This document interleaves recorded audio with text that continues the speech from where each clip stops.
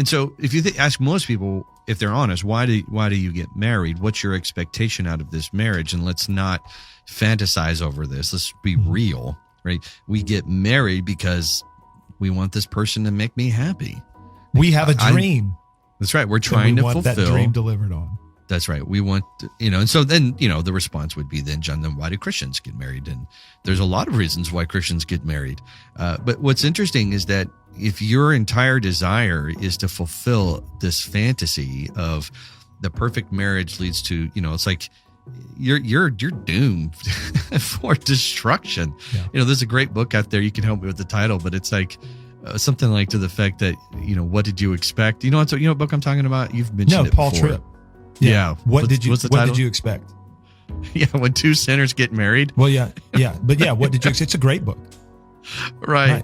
And it's funny. It's like, in many ways, you put a dog and a cat in their natural habitats into one room. What did you expect is going to happen? There's going to be fighting, right? And you're astonished. It's like, I can't believe that, I never thought I would marry somebody who would say that to me. And it's like, well, why not? You're a sinner.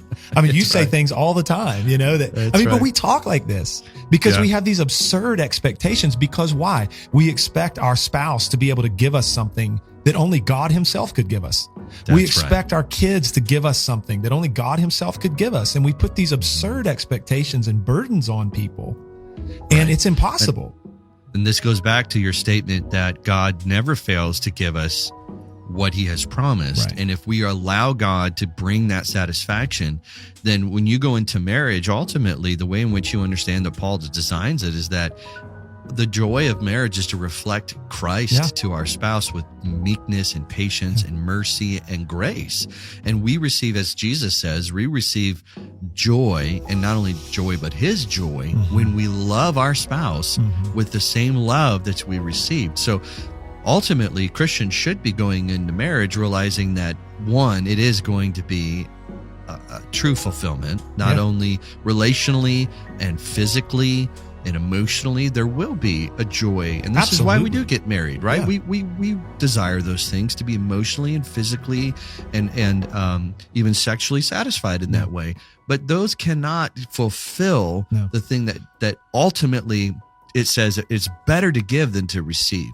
And the purposes of marriage, when Paul talks about it, is that it does reflect the relationship that happens between Christ and the church, and that they are united as one, and they give to each other with meekness. We receive grace and mercy from Christ, and then we give that mercy and grace to one another as we await the final marriage, right? As we await. And so God uses marriage within a broken world to obviously to procreate.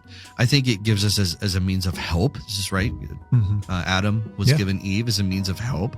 And so I think being married gives us a way of encouragement and strength and help and to be able to reflect those things.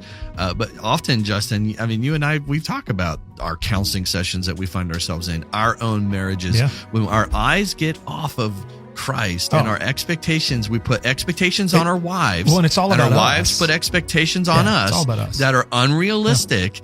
Then what happens? Fighting and bickering and disappointment. It's just it despair, whatever. The ship is sinking, and we're like, well, how dare you make me go and clean the kitchen at the sink? It's weird. It's this weird thing that we do to each other. No, it's so true, and it's all because we're attaching hope to something that we should never hope in. And we're attaching our satisfaction and our happiness, our peace and our rest to something that could never give us that stuff. Thank you for listening. Today's reminder is from a recent Theocast episode hosted by John Moffitt and Justin Perdue. Everyday Grace is a listener-supported podcast. If you would like to help support our ministry, please visit theocast.org/give.